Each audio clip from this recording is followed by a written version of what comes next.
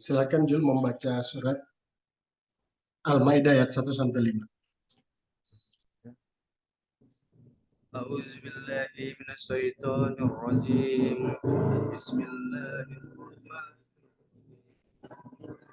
يا أيها الذين آمنوا أوفوا بالعقود أحلت لكم بهيمة الأنعام إلا ما يتلى عليكم غير muhilli soidi wa antum hurum innallaha yahkumu ma yurid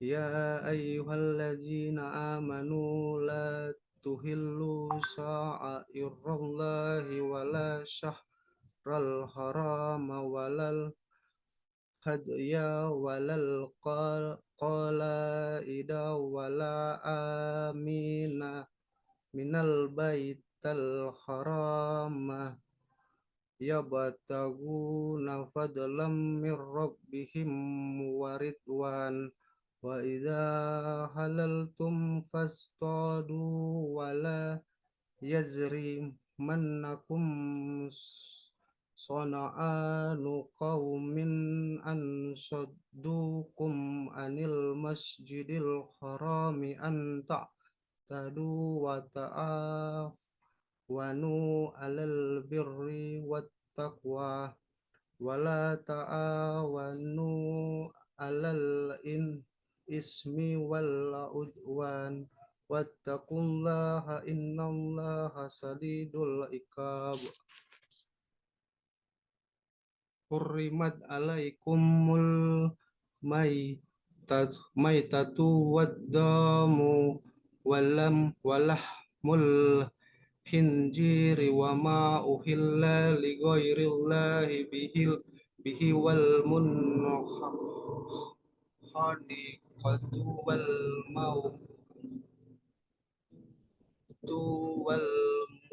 wal mutadiyatu wan nati hatu wa ma aqalas sabu'u illa bazakaitum wa ma zubiha alan nusubi wa antas taqsimu bil azlam zalikum fiskun al yauma ya isallazina kafaru min dinikum fala tahsawhum sawun al yauma akmaltu lakum dinakum wa atmamtu alaikum bi'mati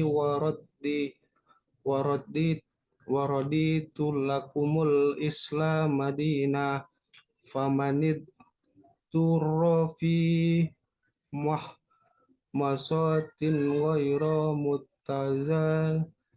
nikin li ismin fa innallaha ghafurur rahim yas'alunaka madza uhilla lahum qul uhilla lakumut thayyibah wa ma alamtum minal zawarihi muqallibina tu'allimun nahunna mimma allamakumullahu fakulu mimma amsakna alaikum wazkuru smallahi alaihi wattaqullaha innallaha sari'ul hisab al yawma uhilla lakumut thayyibah wa ta'amul ladzina utul kitaba hillul lakum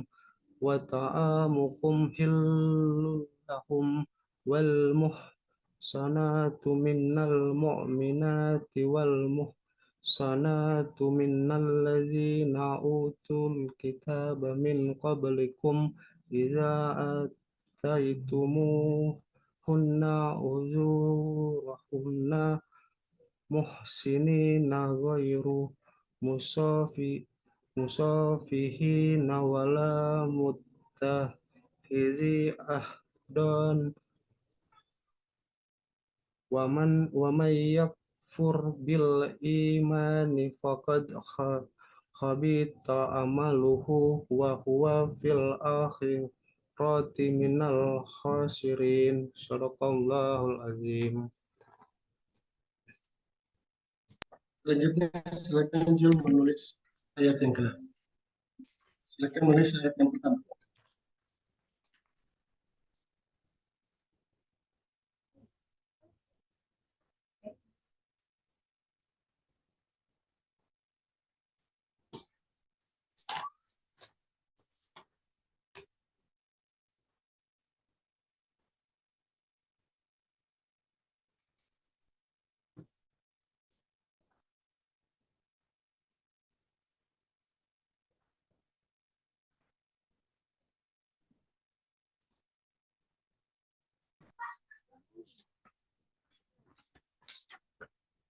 Sudah, Pak.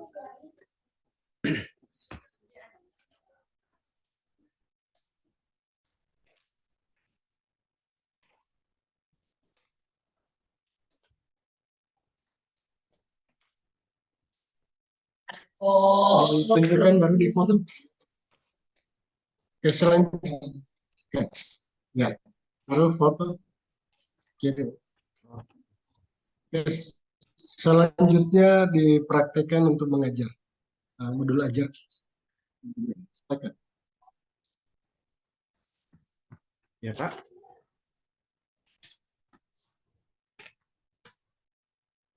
Selanjutnya praktek mengajar.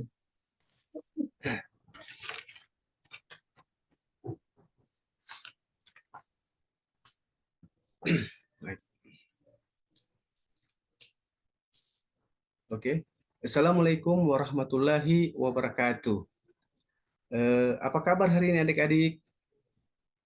Alhamdulillah. Baik semua ya? Ya, baik. Sekarang Pak Guru mau absen dulu ya. Siapa hari ini yang tidak hadir? Oh, hadir semua ya? Baik. Baik sekali ya, rajin-rajin ini kelas di sini.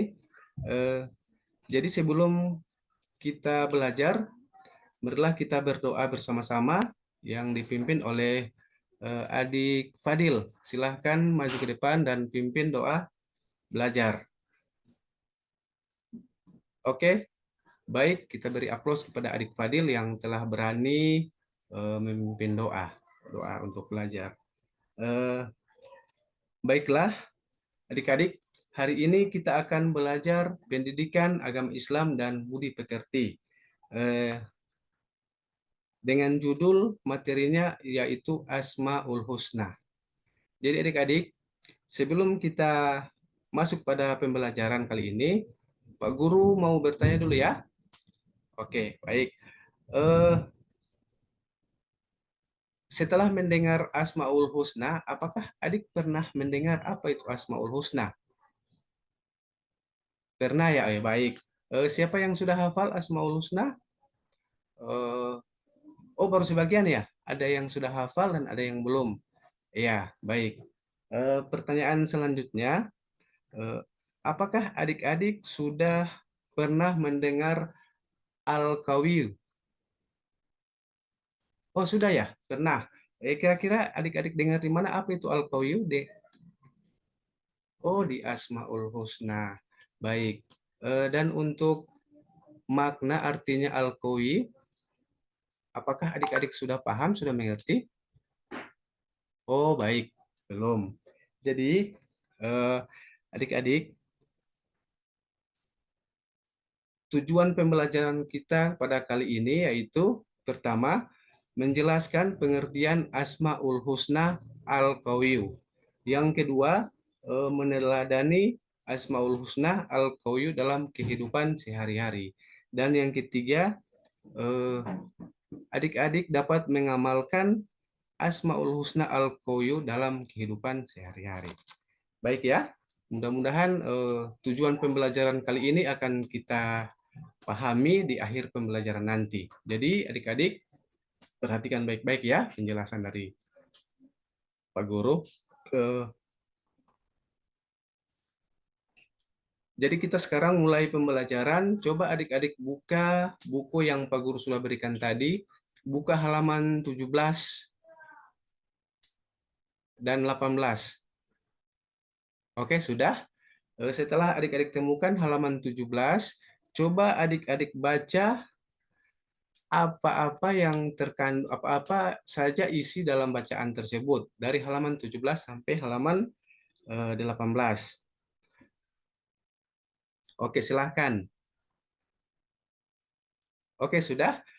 Sekarang setelah adik-adik membaca, sekarang tugas adik-adik, coba adik-adik tuliskan apa-apa saja informasi baru yang adik dapatkan di bacaan tersebut. Itu adik-adik tuliskan di dalam buku catatan adik-adik. Semua menulis ya, informasi penting yang adik-adik baru temukan hari ini, baru adik dapatkan dalam bacaan ya, halaman 17 dan halaman 18. Oke, sudah semuanya? Sudah ditulis semua yang informasi-informasi baru? Oke, siap. Sekarang Pak Guru juga menugaskan adik-adik untuk dapat mencari informasi lain tentang apa itu Al-Qayyum di luar kelas. Adik-adik bisa mendapatkan itu di perpustakaan, adik-adik bisa mengamati apa itu sifat Al-Qayyum di lingkungan sekolah. Adik-adik bisa bertanya kepada guru, bisa bertanya kepada kakak kelas, apa makna, apa arti dari Al-Qayyum itu. Pak Guru kasih waktu sekarang, Pak Guru kasih waktu 15 menit. Adik-adik sudah mampu menuliskan, menemukan informasi-informasi tentang Al-Qawi, Asmaul Husna. Setelah adik-adik temukan, langsung masuk kembali ke kelas, kita lanjut pembelajaran. Siap? Silahkan. Silahkan adik-adik keluar ke kelas, cari, jangan ribut di luar, santun bertanya kepada teman, kepada guru-guru. Bisa adik-adik yang membawa handphone bisa mencari internet, apa itu Asmaul Husna Al-Qawi. Oke, silahkan. Sekarang waktunya sudah habis. Adik-adik semua masuk di kelas karena sudah 15 menit waktu berlalu. Sekarang Pak Guru meminta adik-adik untuk membuat kelompok. Ini ada berapa orang? Ada 12 orang ya di kelas ini. Jadi Pak Guru minta dibagi menjadi 3 kelompok. Berarti satu kelompok terdiri dari 4 orang. Jadi caranya kita berhitung dari pojok kanan, mulai dari Fadil, Nafla, terus selanjutnya nomor 1, nomor 2, nomor 3. Setelah itu awal juga nomor 1, nomor 2, nomor 3 dan seterusnya. Mulai berhitung 1, 2, 3, 1, 2, 3, 1, 2, 3. Baik. Siapa yang mendapatkan angka nomor 1 berarti dia berdiri dan mencari teman-teman yang sama-sama mendapatkan angka nomor 1. Begitu juga yang nomor 2 dan nomor 3, sesuaikan. Oke, sudah? Nah, jadi ini sudah terbentuk 3 kelompok. Ya adik-adik, 3 kelompok. Jadi sekarang duduk yang rapi, duduk dalam kesiapan untuk menerima materi. Tidak ada yang bermain, tidak ada yang hanya bermain-main ya. Baik, sekarang setelah dibuat kelompok, coba adik-adik tuliskan di kertas HVS yang Pak Guru sudah bagi tadi, tuliskan informasi-informasi yang adik dapatkan dalam bacaan pertama tadi di halaman 17 dan 18 itu coba adik-adik salin di kertas HVS yang Pak Guru sudah bagikan tadi. Setelah itu, apa informasi-informasi yang adik-adik dapatkan di luar kelas tadi, di perpustakaan, di teman-teman sebaya, dari lingkungan sekitar, bahkan di internet, adik-adik gabungkan di kertas HVS itu. Semua tulis di situ. Apa-apa saja informasi tentang Al-Qawi itu. Oke, paham adik-adik? Oke, silahkan. Semua menulis ya.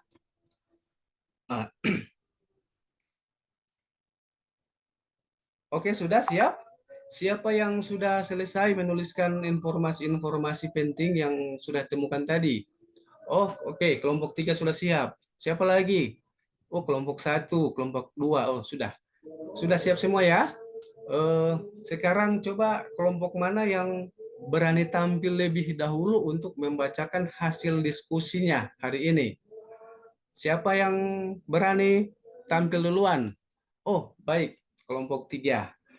Kelompok 3, coba satu orang wakilkan untuk membaca hasil diskusi yang telah kelompok 3 lakukan. Silahkan adik, siapa yang bisa maju? Yang bisa berdiri? Oh, baik. Adik Rivaldo. Ayo, berdiri ayo, adik Rivaldo. Oke, baik. Itulah hasil presentasi dari kelompok 3. Mari kita beri aplaus kepada adik Rivaldo dan kelompok 3. Nah, setelah kelompok 3, siapa lagi? Kelompok mana? Kelompok 1. Silahkan. Oh, baik, kelompok 1. Kita berikan aplaus untuk kelompok 1. Sudah baik, sudah berani untuk mempresentasikan hasil diskusinya. Kelompok 2 juga.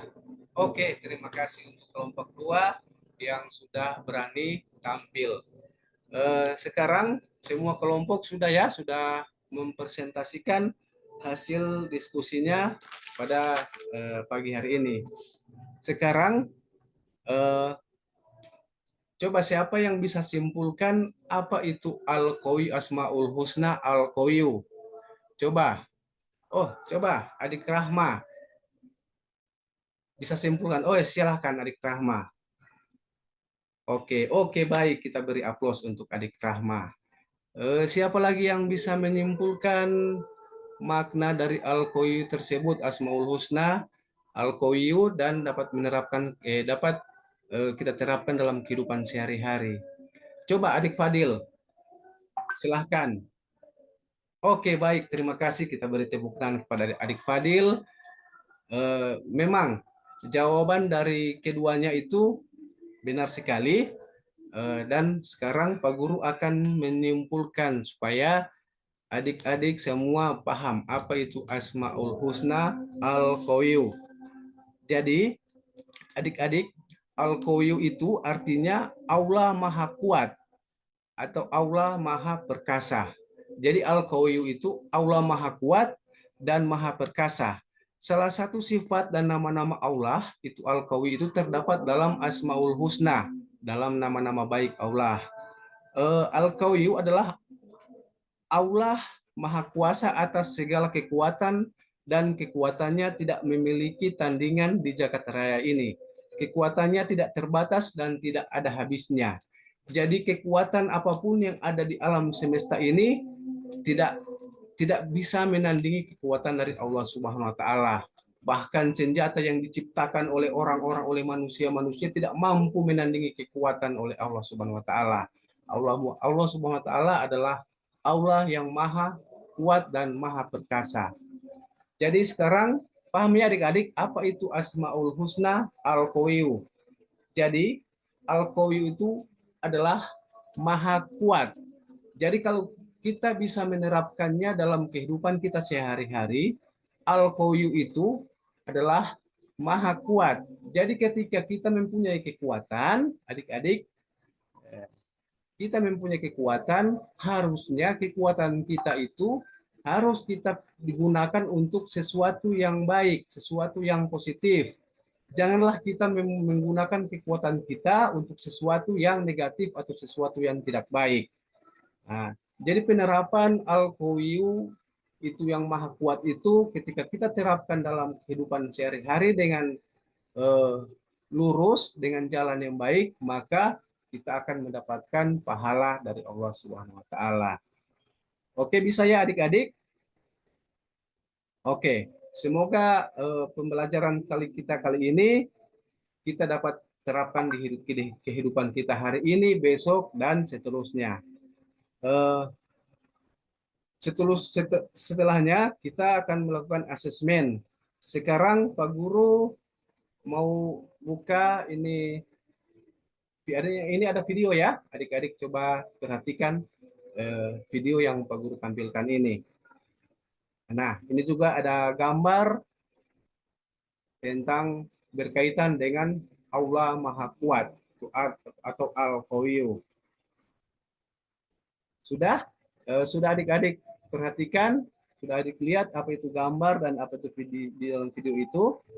Nah, baik. Sekarang coba adik-adik analisis apa-apa saja yang ada dalam video tersebut dan apa-apa saja yang ada dalam gambar tersebut. Adik-adik analisis apa yang ada dalam video tersebut, dituliskan dalam buku catatan adik-adik. Nanti sebentar sebelum selesai pembelajaran ini, Pak Guru akan periksa. Oke, siap? Bisa ya? Paham? Oke. Oke. Sudah? Jadi siapa yang sudah, coba tugasnya antar sama Pak Guru, nanti Pak Guru akan beri nilai. Oke. Jadi semua sudah ya sekarang? Baiklah, semoga pembelajaran kali ini akan mendapat keberkahan dari Tuhan Yang Maha Esa. Dan minggu depan kita akan belajar tentang indahnya hidup dalam keberagaman. Jadi tugas adik-adik setelah pulang di rumah sebentar nanti bisa adik-adik bertanya pada kakak, pada ibu, bapak, apakah itu indahnya keberagaman? Apa itu keberagaman? Apa itu hidup saling berdampingan? Nanti minggu depan Pak Guru masuk dengan materi yang tersebut. Oke? Akhirnya terima kasih. Wassalamualaikum warahmatullahi wabarakatuh. Oke, selanjutnya kita masuk pada ujian lisan. Sudah siap, Jul? Ya, bisa Pak. Pertama, Jul, berkaitan dengan teori belajar.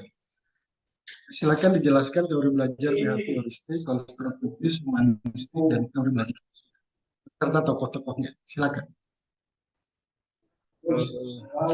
Teori behaviorisme itu adalah teori yang menitik beratkan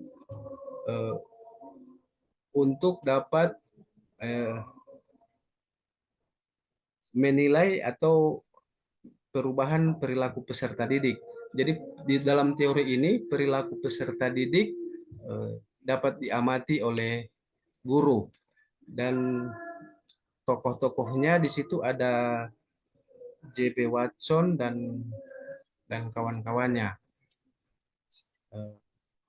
Itu untuk teori behaviorisme.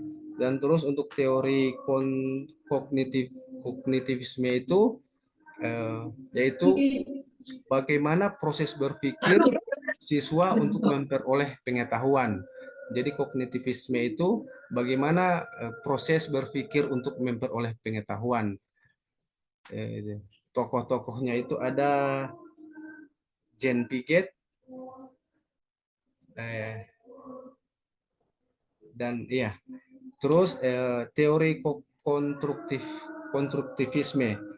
Dalam teori ini bagaimana siswa membangun pengetahuan melalui pengalaman dan interaksi di lingkungan. Jadi pengetahuan itu diintegrasikan dengan pengalaman. Di situ juga teori konstruktivisme itu ada di situ juga tokoh namanya Jean Piaget yang pandangannya dalam teori konstruktivisme. Juga ada teori humanistik. Teori humanistik ini mengemukakan bahwa pengalaman belajar individu. Jadi siswa akan belajar dengan sempurna, dengan baik apabila siswa itu diberikan penghargaan, diberikan kasih sayang, maka di situ siswa akan belajar dengan sungguh-sungguh. Itu yang menurut teori humanistik. Terus kalau teori sosial itu teori duplikasi atau teori modeling. Jadi dalam teori sosial ini siswa dapat meniru atau menduplikat seseorang atau idola dari hal pengetahuannya, kelakuannya, sikapnya, karakternya itu bisa ditiru oleh siswa. Mungkin seperti itu, Pak.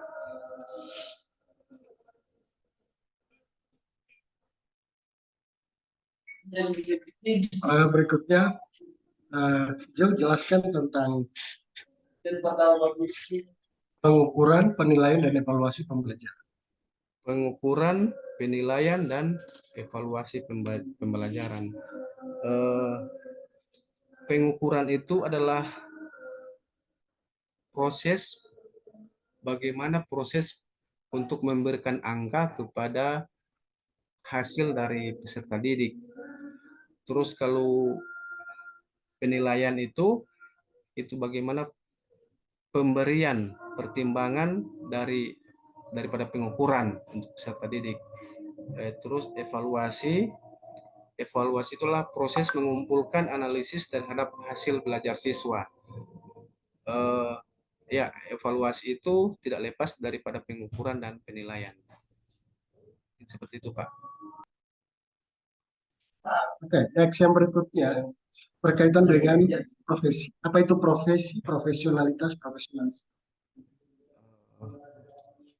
Kalau profesi itu adalah seseorang yang bekerja atau seseorang yang mempunyai pekerjaan.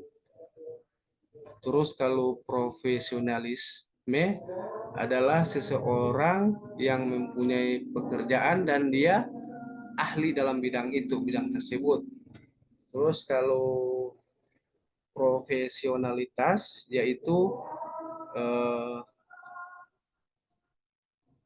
profesionalitas itu orang yang mampu melakukan profesionalisme tersebut. Mungkin itu, Pak. Yang berikutnya aja. Apa yang Jul pahami tentang kepemimpinan di masa Khulafaur Rasyidin? Dan siapa saja Khulafaur Rasyidin? Baik. Khulafaur Rasyidin adalah merupakan 4 sahabat dari Nabi Muhammad SAW. Sepeninggal Nabi Muhammad, maka terjadi kekosongan kepemimpinan dalam masyarakat dalam Islam.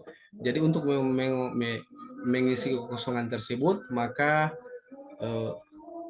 yang pertama yang menjadi tokoh dalam kepemimpinan Khulafaur Rasyidin itu yang pertama adalah Abu Bakar As-Siddiq. Di sini Abu Bakar As-Siddiq mewariskan negara yang baru lahir atau masyarakat yang beradab yang baru lahir, belum lama ditinggalkan oleh Nabi.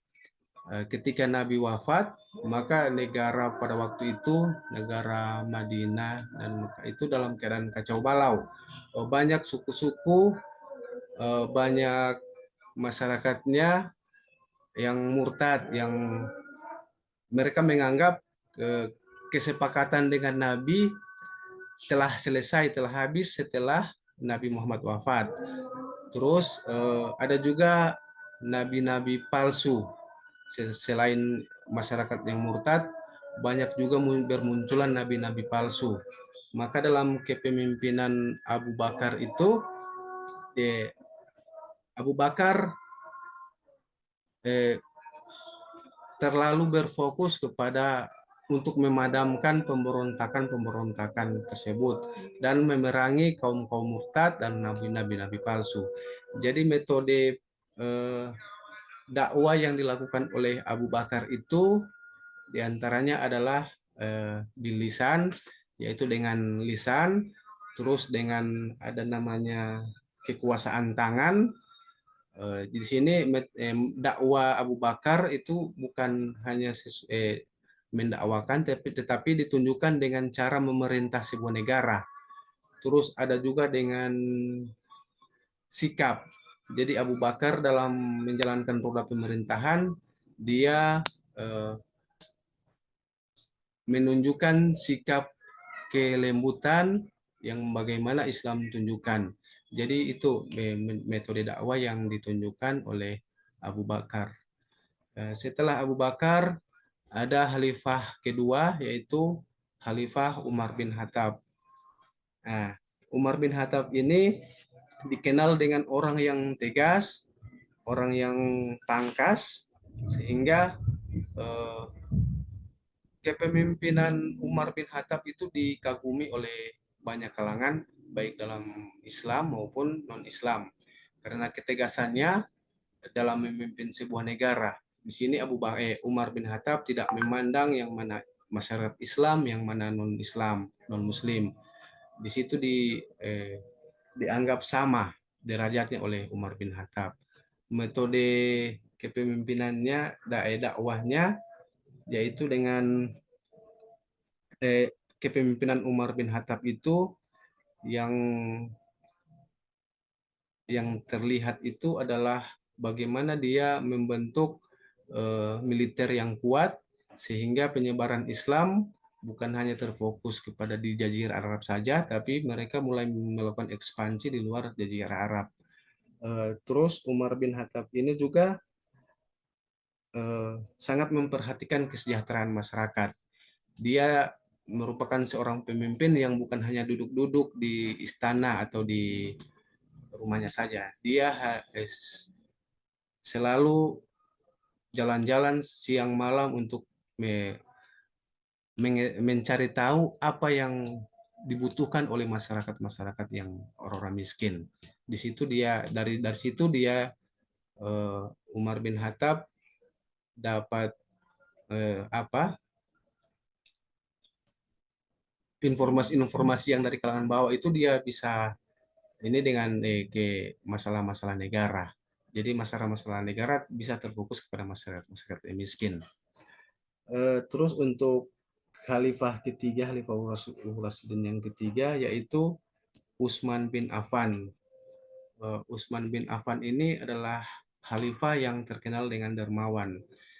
Sebelum masuk Islam ini, Khalifah Utsman ini adalah orang yang kaya raya, saudagar kaya. Setelah dia masuk Islam,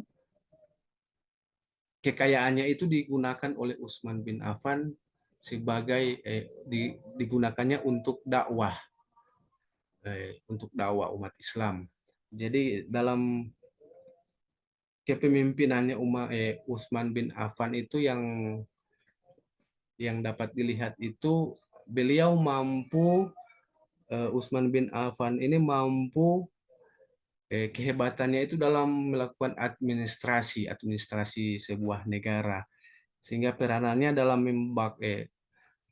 juga yang terlihat itu adalah bagaimana dia membakukan ayat-ayat Al-Quran dibuatkan satu mazhab. Itu untuk Utsman bin Affan. Terus kalau khalifah yang ketiga itu Ali bin Abi Thalib. Ali bin Abi Thalib itu merupakan sepupu Nabi Muhammad sekaligus menantu Nabi Muhammad. Ali bin Abi Thalib ini dia adalah khalifah termuda kira-kira dalam 4 khalifah ini. Eh, Khalifah ini adalah seorang pemimpin yang sangat religius dan adil. Itu bentuk kepemimpinan oleh Sayyidina Ali bin Abi Thalib. Mungkin seperti itu, Pak.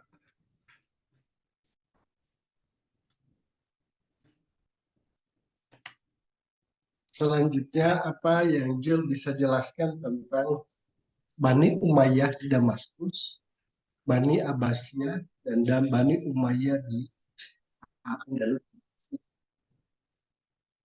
Bani Umayyah di Damaskus dan Bani Umayyah di Andalusia. Ya, Bani Umayyah ini berdiri setelah eh, masa kekhalifahan Khulafaur Rasyidin, yaitu khalifah terakhir eh, Ali bin Abi Thalib. Jadi berdirilah yang namanya Bani Umayyah. Bani Umayyah ini didirikan oleh Muawiyah, keturunan Bani Umayyah. Bani Umayyah ini dia berdiri kira-kira sekitar 90 tahun atau hampir 1 abad lamanya. Bani Umayyah ini dia setelah Muawiyah menjadi pemimpin dalam ini kerajaan Bani Umayyah, itu pemerintahannya dipindahkan ke Damaskus dari Mekah, dia pindahkan ke Damaskus. Itu kalau sekarang itu di Syria, mungkin di Suriah. Itu sekitar 90 tahun lamanya. Dalam 90 tahun itu setidaknya ada 14 khalifah di Bani Umayyah yang ada berpusat di Damaskus. Terus kalau Bani Umayyah yang ada di Andalusia, eh, itu berdiri pada sekitar tahun 1000 berapa ya? Itu berdiri di Spanyol Selatan, itu di Andalusia atau di Cordoba.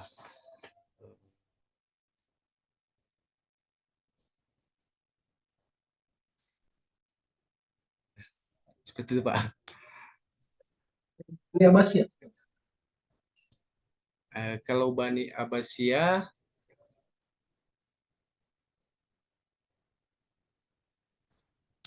Bani Abbasiyah itu adalah keturunan dari Bani Hashim ya, keturunan dari Bani Hashim atau keluarga dekat dari Nabi Muhammad SAW.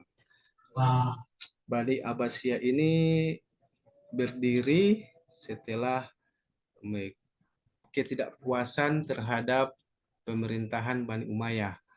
Maka Bani Abbasiyah ini melakukan pemberontakan dan eh, terjadi perang dan mereka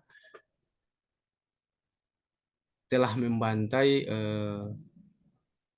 keluarga dari Bani Umayyah. Itu salah satu keruntuhan Bani Umayyah. Maka berdirilah Bani Abbasiyah. Bani Abbasiyah ini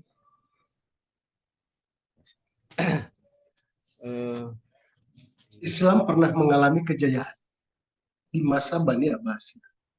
Pada masa kekhalifahan Sifat, Islam mengalami masa keemasan atau the golden age.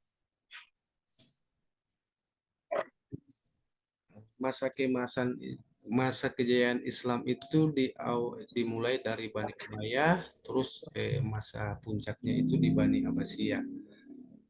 Dan puncak kejayaannya itu pada masa Khalifah Harun al-Rasyid. Harun ar-Rasyid. Iya, dalam Sekarang dijelaskan teori masuknya Islam di Nusantara. Silakan. eh, masuknya Islam di Indonesia atau di Nusantara itu ada beberapa faktor dan bahkan ada beberapa teori yang mengatakan bahwa Islam masuk di Nusantara itu melalui jalur perdagangan, ada juga jalur eh, pernikahan begitu. Ada yang namanya teori Gujarat, yang mana penyebaran Islam di Indonesia itu berawal dari pedagang-pedagang dari Gujarat atau dari India Selatan yang berada di Malabar dan daerah-daerah sekitarnya. Ada juga teori Persia yang dimana teori itu mengatakan bahwa Islam masuk ke Nusantara itu melalui Persia. Di situ dengan alasannya teori ini ditemukan banyak eh, adat atau budaya-budaya Persia yang masuk ke Indonesia. Salah satunya juga pandangan itu Syekh Siti Jenar itu ada kesamaan dengan ulama besar yang ada di Persia yaitu ulama Al-Halaz. Terus ada teori juga teori Arab. Jadi teori dari Arab itu yang menyebarkan Islam ke Nusantara itu memang dari Arab langsung dari Mekah dan dari Jazirah Arabia melalui perdagangan. Terus ada juga teori berita dari Cina yang mengatakan bahwa ada banyak sekelompok orang yang dari Cina turut menyebarkan agama Islam di Nusantara. Mungkin seperti itu, Pak.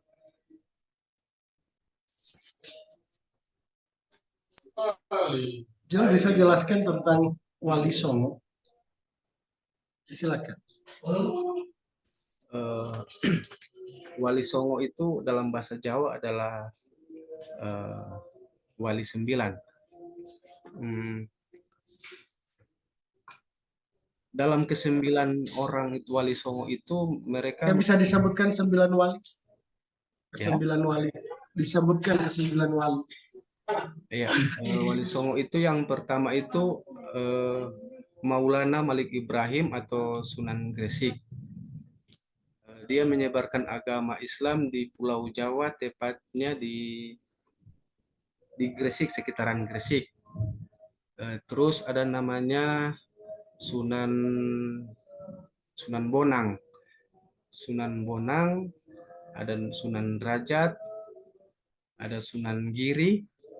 Kalau Sunan Giri itu dia merupakan salah satu sunan, salah satu wali yang memiliki gelar raja. Terus ada Sunan Muria, Sunan Gunung Jati, Sunan Kudus, dan terakhir Sunan Kalijaga.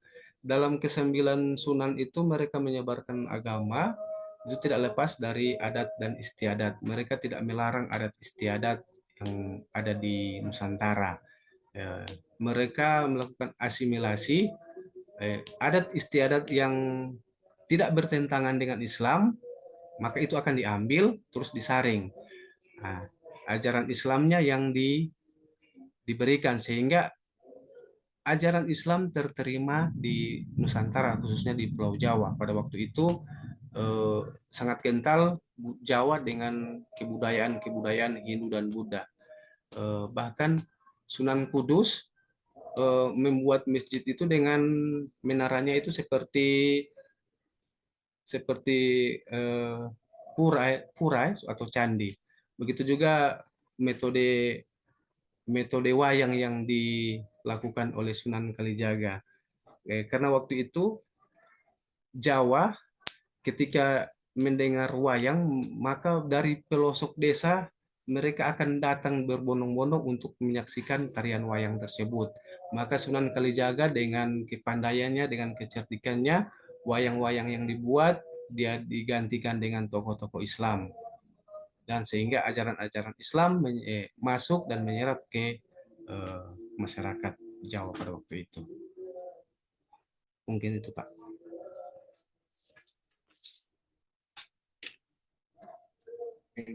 Oke, Jel bisa jelaskan tentang perkembangan Islam, perkembangan di Afrika. Perkembangan Islam di Afrika.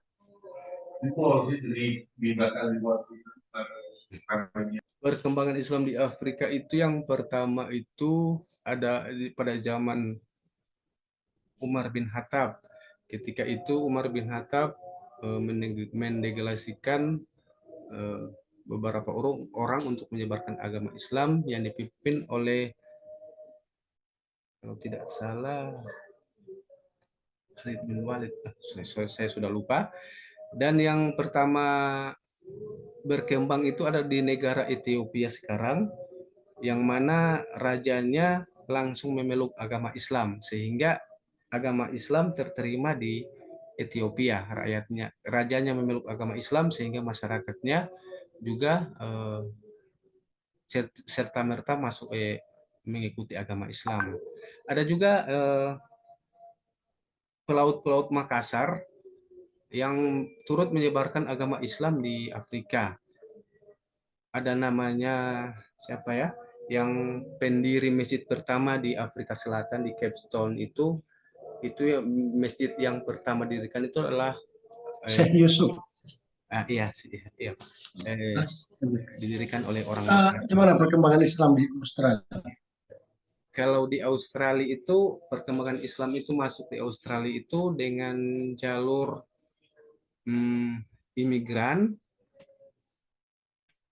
terus juga jalur perdagangan yang iya seperti itu, jalur imigran dan jalur Ya, saya kira cukup bagus.